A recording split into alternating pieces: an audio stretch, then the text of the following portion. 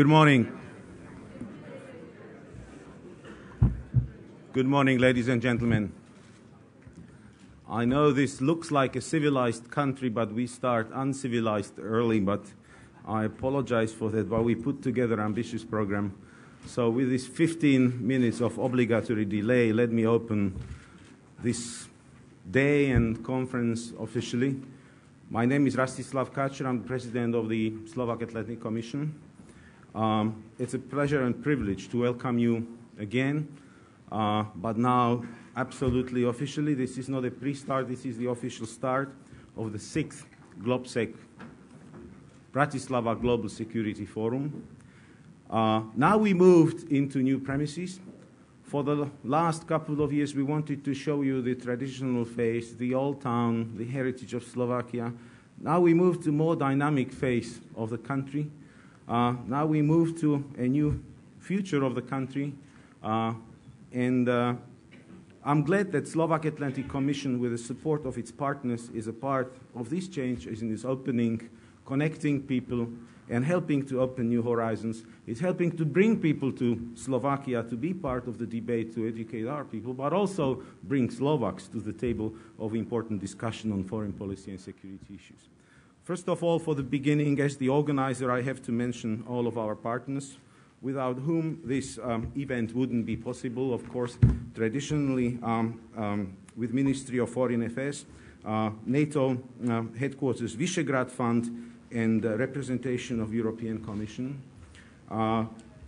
For all 6 years, the most fidel partner to us was BAE Systems Slovakia, so now I have to say they are part of the family and part of our heritage of the conference. Of all other major partners, it's BMW, Microsoft, Lynx, Airbus Military, and a new partner, at such a pleasure, Kempinski Hotel in River Park, a new 5-star facility in Bratislava, a whole array of another corporate partners you will see on your folders, media partners, and let me pick a support at least of the Center for European Studies, Ministry of Defense of the Slovak Republic, Embassy of the United States, the Netherlands, Konrad Adenauer Stiftung, Bratislava region, Chairman Fresho, and the PACT. I would like to just also, I want to praise my team, my young team, and introduce Robert Vaš, who is Secretary General. I just want to point finger at him because he will be the whip of the day. So if you will be lazy moving in, he will start shouting at you, and he will be a mover and shaker around in housekeeping remarks. So it's in his hands and hands of his able team. Thank you very much for your attention. I wish you 2 nice days in Bratislava. Thank you all for coming down here. And I'll pass floor on to State Secretary JEŽOVICA, former member of the board of the Atlantic Commission and old friend, to say a couple of remarks on behalf of the Ministry of Foreign Affairs. And then, right without any break, we go for the session with 2 defense ministers. Milan. Thank you, Rastio, and of course it's good to be back. And as Rastio was saying, you know, there is a saying that it doesn't matter how early you start, but how you finish. And the good thing about GLOBSEC is that we not only start early in the morning, but we also finish early in the morning. So with that, distinguished ministers, excellencies, ladies and gentlemen, without too much exaggeration, one can say that Bratislava Security Conference GLOBSEC has become a trademark among security experts in the region and beyond. For the 6th year in a row, it has been the place where global matters are discussed with a regional niche and perspectives. Last year, our main topic was energized Visegrad Group and the critical issue of energy security. Under the Slovak presidency, the Visegrad Group has reflected some of the new dynamism in Central Europe, following last year's elections and change of government here in Slovakia and elsewhere in the region. On the EU level, this renewed spirit of cooperation was underlined by the much expected EU presidencies during 2011, held by our 2 neighbors, Hungary followed by Poland. And of course, the Czech Republic later in the year will be taking over the presidency of the Visegrad Four. This year, the GLOBSEC conference matches the ministerial meeting of the Visegrad Group and Germany with the EU's eastern partners in Bratislava. The plenary session will start today at noon and will be also joined by the High Representative Catherine Ashton and the EU's Commissioner for Enlargement and Neighbourhood, Stefan Füle. Slovak Foreign Minister Mikuláš Dzurinda will share with you some observations from this event in his keynote speech tomorrow morning. There are three remarks that I'd like to share with you at the start of the conference today. Firstly, in the aftermath of the global financial crisis, there has been a lot of talk about our weakness. Many governments across Europe and the Western world, including my own, are fulfilling austerity measures and programs cutting budgets to cure public finances and to curtail deficits that we believe we can no longer afford and sustain. For some, all these measures and their echo project into the foreign policy as an era of weakness and new threats. Maybe they have a point, but I see it differently. I'm neither fascinated by or interested in the weaknesses of today's, but in the strength of tomorrow. As I believe the quick question is how this weakness of today can be transformed into our strength in the future. Once all measures taken, will we become stronger, more effective, or will we remain weaker and simply adjusted to the new crisis reality? That's the question. Part of the answer will come from our internal adjustment and responsible governance. And if I say responsible governance, I mean realization that we must be able to come to the very basics, that we must face the truth and be able to define it precisely, that we must come to realize that we will not be able to afford everything that we want. We need to prioritize our needs, lower our comfort. Simply put, we will need to get used to live again of what we have instead of what we can borrow or lease. If we are smart and determined, the right choices we make may result in more effective performance, stronger need to work together and pool resources with our partners. In a way, this is a revitalization process which also pushes our diplomatic services and military forces to adapt to new global and financial realities of the new era. Secondly, this search for the new strength must be connected with the fundamental values and principles about what we believe in. In foreign policy, also with what do we project for our neighborhood. Contemporary Europe is a free continent of liberal democracies. Europe's power of attraction, Europe's security and prosperity do not lie solely within the EU borders. We are as attractive, as secure and as prosperous and as strong is the echo of the choices that we make and the solutions that we find in our neighborhood and in wider terms in the global world itself. And the echo will go stronger and the richer our choices and solutions are. To maintain peace and prosperity, we need predictability and stability. But we cannot compromise freedom and democracy with stability or to keep a blind eye on stable but undemocratic regimes. Look at the current developments in the Arab world. After 4 decades, the young generation is not satisfied anymore with this minimum standard of stability. They need and want more. They ask for what people all over the world aspire to, the undeniable right to live in a free country and openly scrutinize their leaders. Therefore, it is in our interest to work on the underlying fabrics of societies to repel all sorts of repression, extremism, and death robes of freedom. A few days ago, I read quite a cynical definition of EU's approach to current changes in North Africa, mockingly called the Zero Doctrine. It said, quote, "The truth is that Europe has not developed a doctrine to deal with the changes in North Africa, or rather, it has got one, the Zero Doctrine. It wants to influence without interfering, protest without upsetting, condemn without imposing sanctions, support without risking, participate without paying. In the market, only Coca-Cola has been able to survive offering a product with no caffeine and no sugar. Europe's risk aversion fits perfectly here. It wants to enjoy the coke of democracy and human rights in North Africa, but without getting any excitement or calories. End of quote. This zero doctrine is a manifestation of weakness rather than of our strength, as I believe the working formula of our policy should be exactly the opposite. The EU and its External Action Service should continue to condemn clearly and soundly any drastic repression and arrogance of power targeted at innocent citizens just because they demand freedom and their own basic human rights.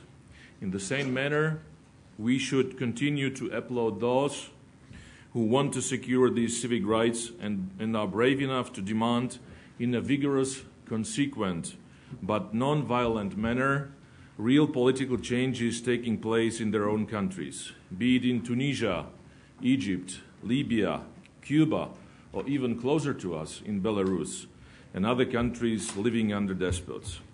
Therefore, Slovakia, with other like-minded EU member states, would like to see a strong emphasis on human rights within the guiding principle and organization structures of the European External Action Service.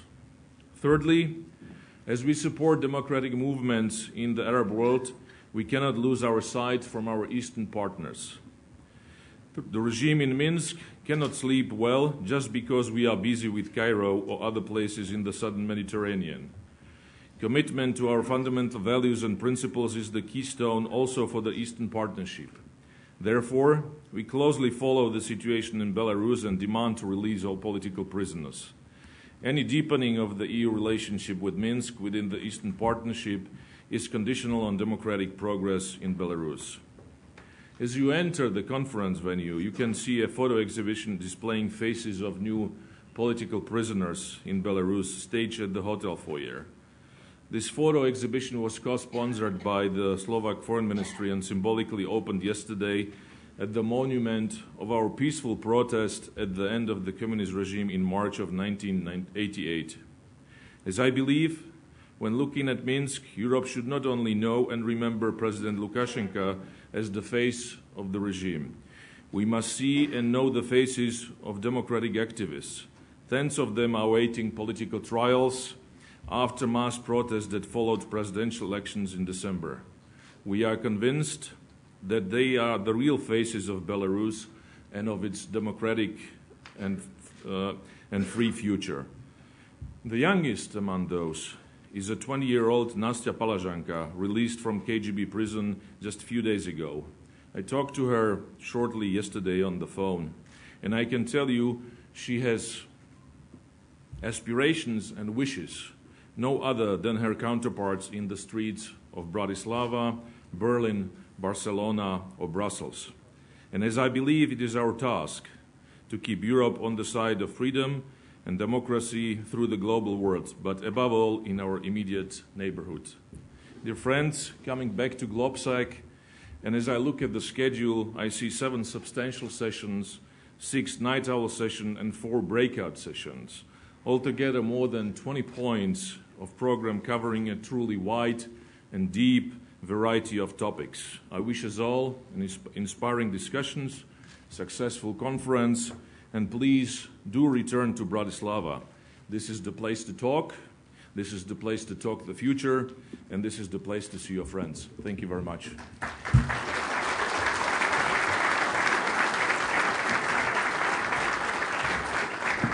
Thank you, Milan, very much. So that's for the beginning. Now, with little delay, I would like to invite 2 ministers of defense to the floor to open. Yesterday evening, many of you were at the debate of Euro and its future. We have Minister of Finance, Ivan Miklos, who I call a financial predator, who will shave everybody off the money to keep the fiscal discipline of the state. Now we have 2 ministers of defense who strive badly of that shavings.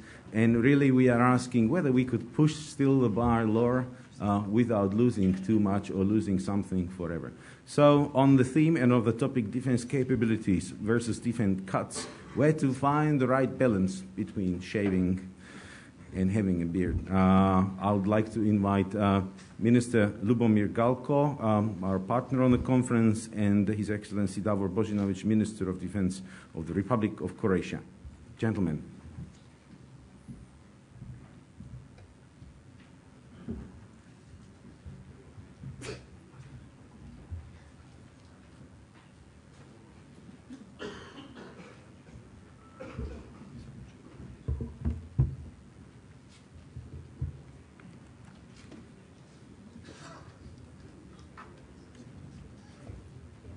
Good morning, dear guests, ladies and gentlemen.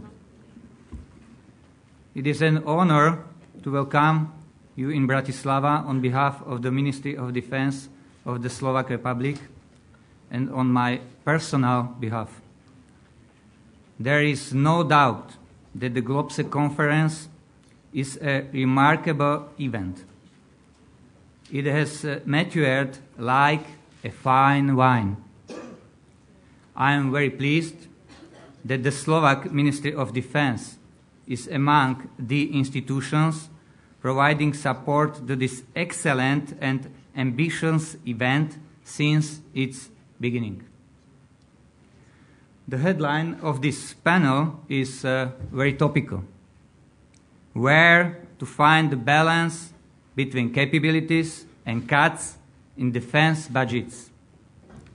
In Europe, we all are facing shrinking defense budgets and are pushed to search for new and in some way unconventional methods of dealing with money.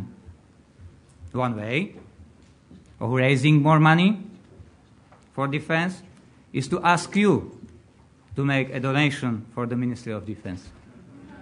Please put your donation in the box before leaving the room after this panel. All jokes aside, present realities require us to prioritize our goals and tasks. This brings real savings and wise exploiting of resources of every kind. But that's not enough. Dear friends, I definitely agree with the NATO Secretary General that we must prevent the financial crisis from becoming a security crisis.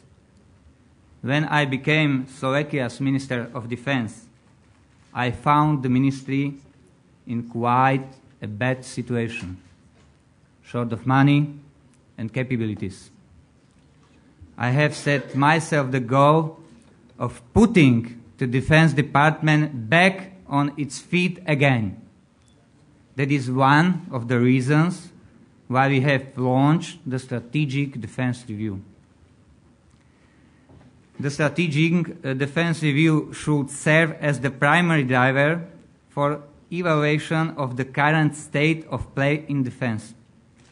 It will also project the armed forces we are able to maintain, our modernization and procurement of new equipment is lagging and has almost stopped.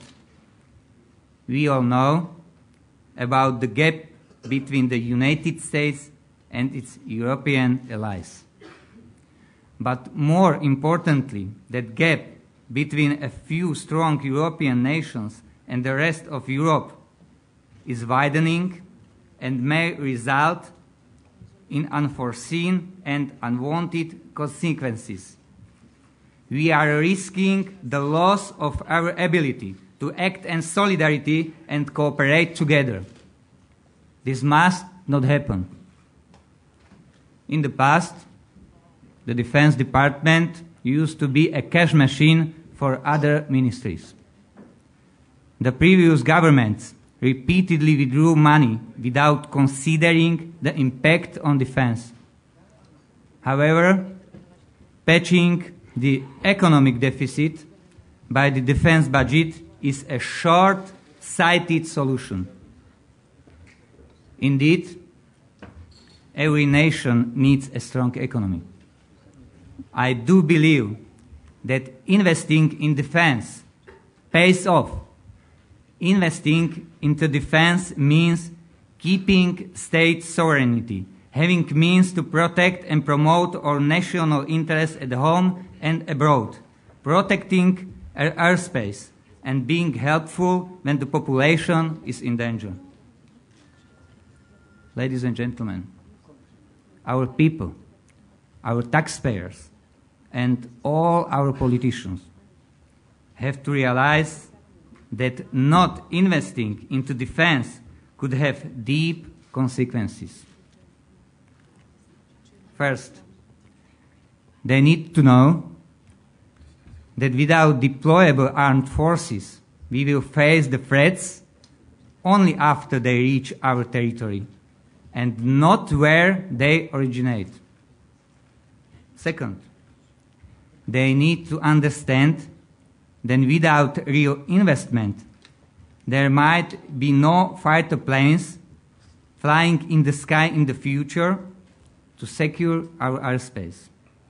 And third, politicians would have to live with their decision that without sufficient funds for defense, we may end up with no bridge to lay when floods take out one, or with no helicopters ready to stop drastic fire in national park when it occurs.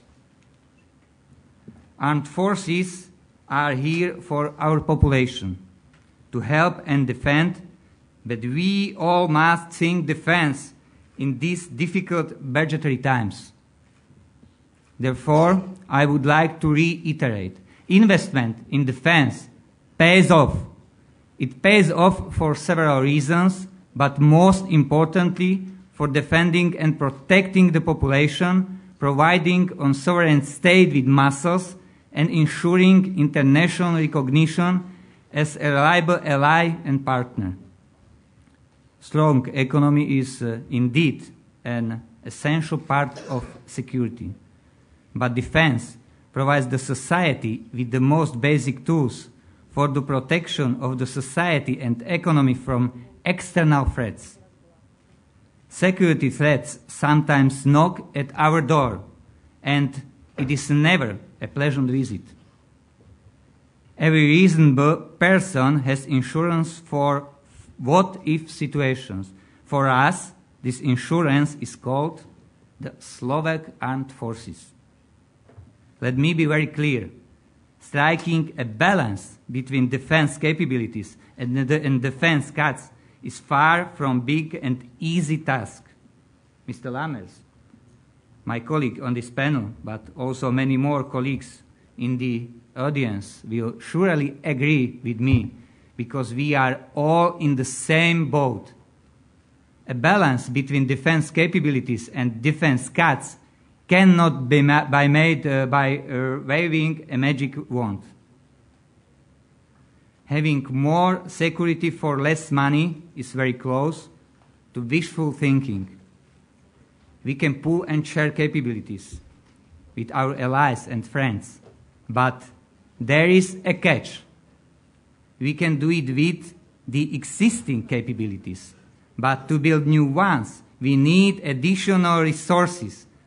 And even then, we will not only share the price, but also the use of a capability. This means it may not be available to us when we might need it, because other partners may use it at that time. Pooling and sharing leads to a partial loss of national sovereignty. For some capabilities, this is unacceptable. Therefore, nationally, we need to invest more into defense because it pays off. It is very easy to lose a capability, but it is difficult, costly, and not impossible to restore it again. I appeal to you, members of the security community and public. We need your help. Your voice is important in these dire times for defense. Since I came to the office, I have been striving for openness and transparency of our Ministry of Defense.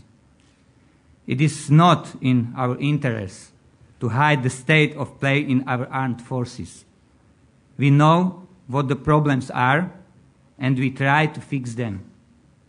The sad reality was highlighted also during the visit of the NATO evaluation team last month. We can pool, we can share, we can prioritize, we can restructure, but without additional resources, our armed forces will suffer beyond repair. Ladies and gentlemen, I encourage you to focus in your discussion as much as possible on practical issues.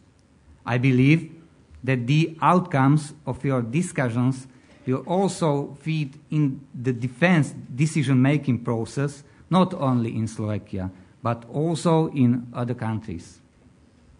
Taking honest and balanced look how our national and international institutions have adapted to the present resource realities. Let's not forget that history has proven many times that investing in defense pays off. Let me conclude by wishing you all a very fruitful deliberation and to our foreign guests a pleasant stay in Slovakia. Thank you very much.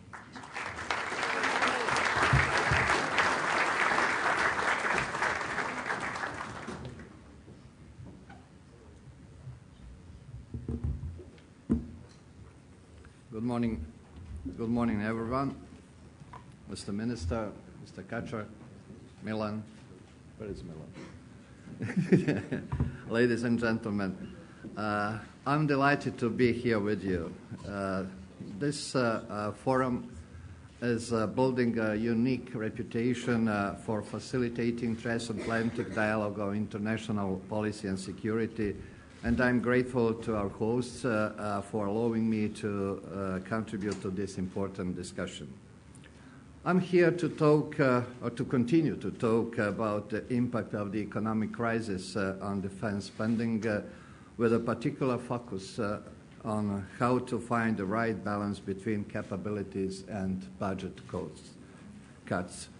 The recent global economic downturn has had a significant impact on national budgets, especially defense budgets across Europe and the world. In times of austerity, defense spending is usually and unfortunately the first victim of choice, provided, of course, that a clear and present danger is not apparent on our radar screen. Indeed, most security challenges today are not necessarily confined to our immediate geography and are often complex, transnational, and difficult to ascertain. That is why the nature of contemporary security challenges is rarely appreciated outside expert circles. It gets even more cumbersome when we try to explain the adverse risks and threats of these future challenges to a wider audience.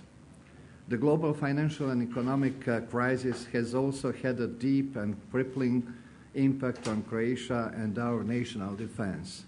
And it comes at a particularly apprehensive time for our armed forces. Even before NATO membership, the Croatian armed forces embarked on a process of reform, modernization, and transformation aimed at enabling Croatia's full integration into the alliance. It has not been easy, and it will be even more difficult with the fewer resources in the future. At the same time, Croatia has been gradually increasing its commitment to international crisis management. This is, in turn, places exigent demands on the armed forces by increasing the dynamics of preparing, equipping, and deploying additional units, usually at great distances from home. As we are also experiencing a slow economic recovery, it is difficult to make reliable projections about future spending. Several key impacts have been evident in the wake of the current crisis. As the national budget came under ever greater strain, overall defense expenditures contracted in absolute terms and as a percentage. Some modernization and procurement plans have had to be adjusted, remodified, or postponed. Also, some reforms have been delayed or put on hold. While our immediate concern to balance the national budget may drive us to look for the most obvious budget cuts and make decisions that bring relief in the short term, we have to remember that most defense spending involves long-term commitments. Thus, our point of reference should always be the long view. There is an old saying, if you do not have enough money, then you have to think more. So regardless of the duration of this era of fiscal belt tightening, it will be up to us to use these diminishing funds creatively, prudently, and wisely. By investing in resources and opting for solutions which will continually seek to maximize value, greater security for our citizens. But despite all the cuts, we have been able to follow a pre-charted course in several important policy areas. As I mentioned earlier, we have sustained and in some cases increased our international deployments to include NATO, EU, and UN operations. Despite the economic woes, our commitments to ISAF have increased, even during the most difficult times of the crisis. Just recently, Croatia initiated the establishment of military police school in Kabul and has offered additional training for Afghan pilots and maintenance technicians. Equally important, we have not only been able to maintain our core self-defense capabilities, but we have also been able to preserve our capacity to contribute to the collective defense of NATO, one of our key obligations and commitments to the alliance. We simply cannot reduce or neglect our core defense capabilities, as they are a fundamental basis for our national sovereignty, integrity, and freedom, and represent a key tool in promoting our national interest. Let me be frank. There is no easy way to find the right balance between developing and maintaining defense capabilities on the one hand and budget cuts on the other. As I see it, there are three fundamental ways to deal with the current and future pressures on our defense expenditures. First, it involves going back to our strategy. We need to take a new look at ourselves, our environment, and where we are going. This is the national security strategy process. In defense, we do this through a strategic defense review, where we reassess our security challenges, our defense posture, key objectives, priorities, requirements, and programs. We have already embarked upon this task. Strategic defense review is also a useful tool to build national consensus on the way forward, especially in times of great economic hardship. We need to clearly establish a baseline of the critical and key capabilities that match the security challenges we will face. But the SDR should not be driven by budget cuts. Rather, it should outline how the government intends to provide for national security and defense in spite of the current economic difficulties we are experiencing. If defense expenditure remain fixed, and we want to close this gap between capabilities and available resources, there are two pertinent options. We either consider downgrading our strategic objectives, or we accept greater risk. There is a third one I just learned from our Minister GALKO, and I will consider this option of setting up boxes for donations. Of course, all these options have serious political implications and would surely require bipartisan support and national consensus. Second, we need to look harder and deeper the way we go about our business in the defense sector. We need to find ways to cut down on unnecessary costs, but not at the expense of key capabilities. We need to reform our existing concepts, structures, and processes so that we have available the most cost-effective solutions and maximize the use of the national resources allocated to defense, human, financial, material. For example, for many years now, we have habitually allocated a remarkably high percentage of our defense expenditure to personnel. We need to come up with the solutions that would free up funds which could be shifted toward modernization. And third, as a member of NATO and very soon of the EU as well, Croatia will increasingly look to explore the potential benefits of cost-effective defense cooperation through burden-sharing arrangements with its allies and regional partners. Such arrangements, whether involving the acquisition of a common weapons system, the development of joint capabilities, or multinational deployment, can still help us meet our security requirements and decrease costs.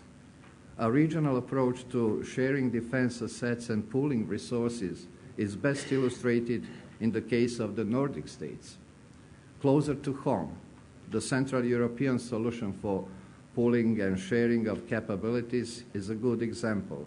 I understand that defense policy directors from Austria, Croatia, Czech Republic, Hungary, Slovakia, and Slovenia have already met and are in the process of identifying common interest and exploring the benefits of pooling and sharing. In Afghanistan, we invited our regional partners to join us in the establishment of the military police school in Kabul. Thus, Albania, Bosnia-Herzegovina, Macedonia, Montenegro, and Slovenia have all expressed interest, and some have already announced their commitment to support the initiative by sending trainers. Another area where there is a great potential for cooperation and sharing assets on a regional basis is the security of our airspace. Croatia is interested in exploring the prospects of developing a regional air policing capability with its neighbors. Likewise, there is also potential merit in looking into regional cooperation in maritime security in the eastern part of the Adriatic.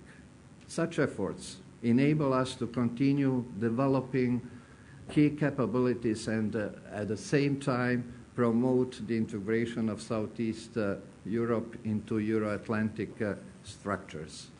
Here, NATO can play an important role by providing the bigger picture for our common interest and by playing the role of an advisor, facilitator, and honest broker. In conclusion, the future security landscape does not look promising. The recent events in Libya and the turmoil across North Africa and the Middle East remind us just how fragile stability is in many parts of the world. Meanwhile, globalization, the growing interdependence of our economies, and our alliance commitments increasingly rule out non-participation as a policy option. Thus, we simply cannot allow our defense capabilities to fall to a level that will limit our capacity to take action. But neither can we simply go about business as usual when we are forced to make painful cuts. So, while it may be difficult to accept further defense cuts, we can at least try to cut wisely and look for novel ideas, new approaches, and practical solutions. Thank you for your attention.